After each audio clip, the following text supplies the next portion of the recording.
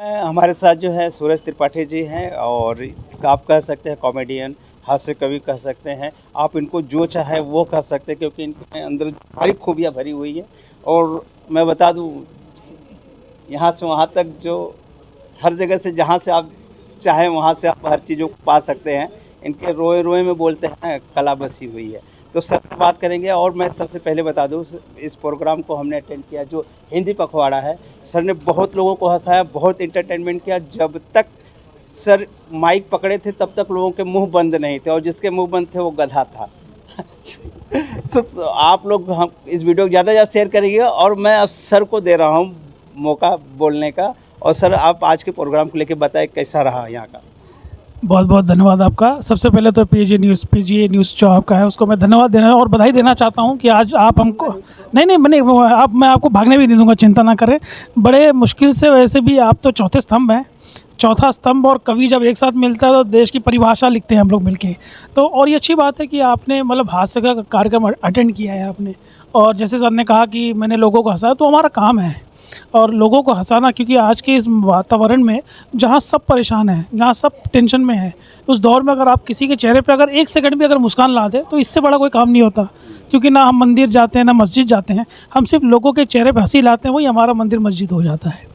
बाकी कार्यक्रम की जहाँ बात रही, आप जैसे आपने आज देखा होगा माना के कार्यक्रम में आप सब बैठे हैं, जो क्वालिटी कंट्रोल के ऊपर काम करता है, क्वालिटी चेक्स के ऊपर काम करता है, तो उस विभाग में भी अगर हमें बुलाया गया है तो आप समझ लीजिए हमारे ऊपर भी कुछ क्वालिटी कंट्रोल रही होगी तब बुलाया गया है।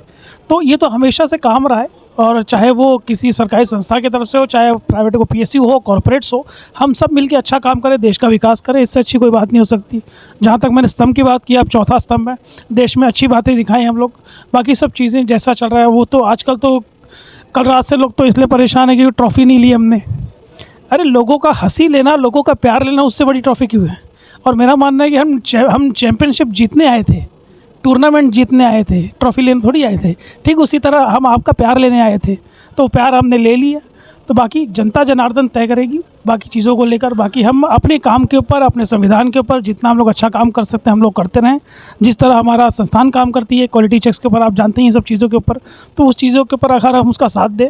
पहले आप जानते थे ISI मार्क के लोग कहते थे, तो आपको पता है हम भी ISI मार्क के कवि हैं, इसलिए हर हमारे ऊपर भी आप जैसे आपने कहा ना रोंग रोंग, तो रोंग रोंग में चेक करेंगे तो ऐसे मार्क दिखाई देगा। हालांकि अब वो चेंज करके हमारे माना का थप्पा लग चुका है। तो ये बड़ा अच्छा लगता है कि जब पत्रकार साथ में हो और मीडिया साथ में हो और मीडिया और कलाकार साथ में अगर चले तो इस देश को नए इतिहास की तरफ हम सब लेके जा सकते हैं। त्रिपाठी सर, मैं आपके बारे में कुछ जानना चाहूँगा, आपके जीवन के बारे में। कैसे आप कवि कब बने, कैसे क्या है इसमें, कैसे रुचि आपकी बढ़ी? देखिए मेरा मानना है कवि बनाया नहीं जाता, कवि या तो होता है या तो नहीं होता है।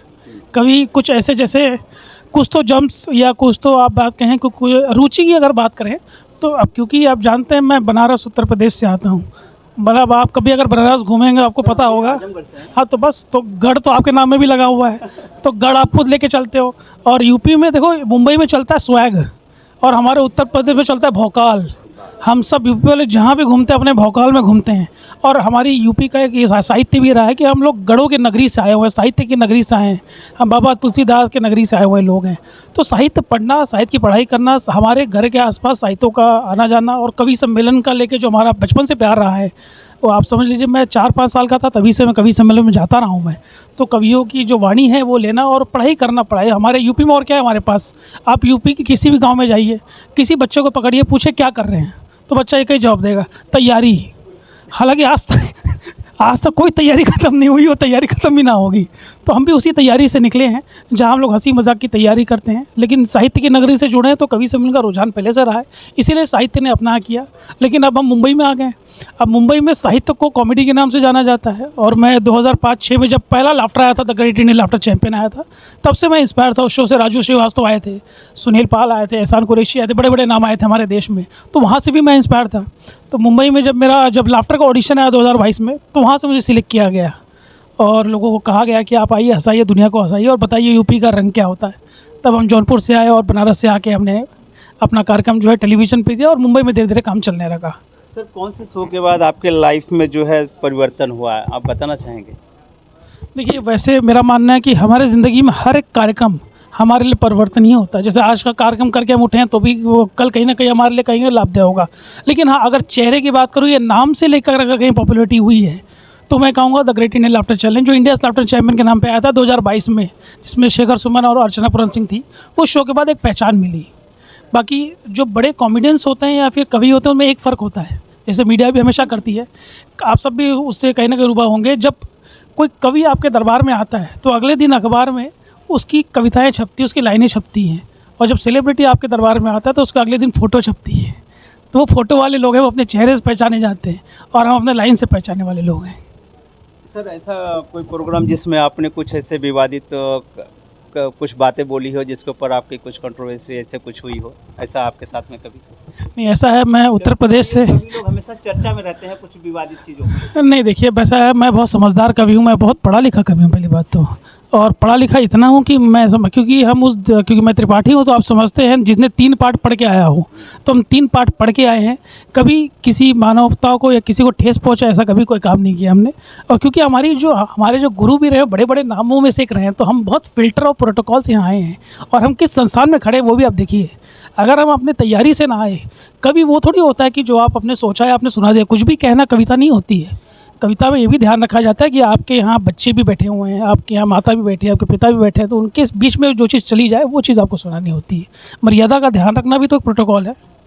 सर, आप इतने अच्छे कवि सम्मेलन आप जो आयोजन करते हैं, बहुत सारी चीज़ें आप खुद इतना अच्छा आप मंच को संभालते हैं, बोलते हैं, हंसाते हैं। लेकिन अगर कोई प्रोग्राम आपका करवाना चाहे, अगर आपको बुलाना चाहे, आपसे मोहब्बत हो जाए किसी को आपकी वीडियो देख के, तो कैसे आपको संपर्क करेगा? क्योंकि आपने प्रोग्राम दौरान आपने कहा था वीडियो आप तो बना रहे हो लेकिन मोहब्बत आप ही से होने वाली है, तो इस कैसे आपको संपर्क करेंगे? हालांकि मोहब्बत की नगरी से निकला हूँ और हमारे नगरी में मोहब्बत बैन है लेकिन मैं कोशिश करूँगा। देखिए, मोहब्बत करना बहुत अच्छी बात है, सबने किया होगा।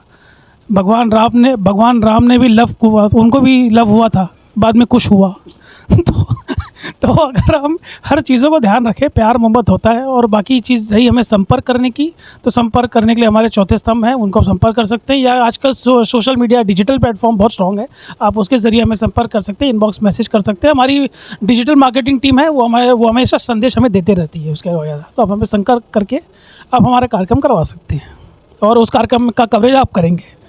थैंक यू सर, आपसे मिलके बहुत अच्छा लगा। आपने जिस हिसाब से आपने हमारी सारे सवालों का जवाब दिया, और हमारे दर्शक भी देख के शायद बहुत प्रसन्न होंगे। इस वीडियो को ज़्यादा से ज़्यादा शेयर करें आप लोग। और सूरज त्रिपाठी सर जो हैं, आपके कोई चेहरे जो है मोहताज नहीं है परिचय के। और दूसरी चीज़ें मैं आपको बता दूं, इनके साथ में मिश्रा जी भी थे और भी एक मैडम थी कवि जो हैं। सभी लोगों ने बहुत ही अच्छा कार्य किया और हम यही उम्मीद करेंगे कि त्रिपाठी सर जो है हमें फिर मौका दें इनसे रूबरू होने का। फिर हम अगली कोई इंटरव्यू लेंगे सर के साथ में किसी विशेष मुद्दे के ऊपर। इसी के साथ मैं जय पांडे पीजेड से, जय हिंद।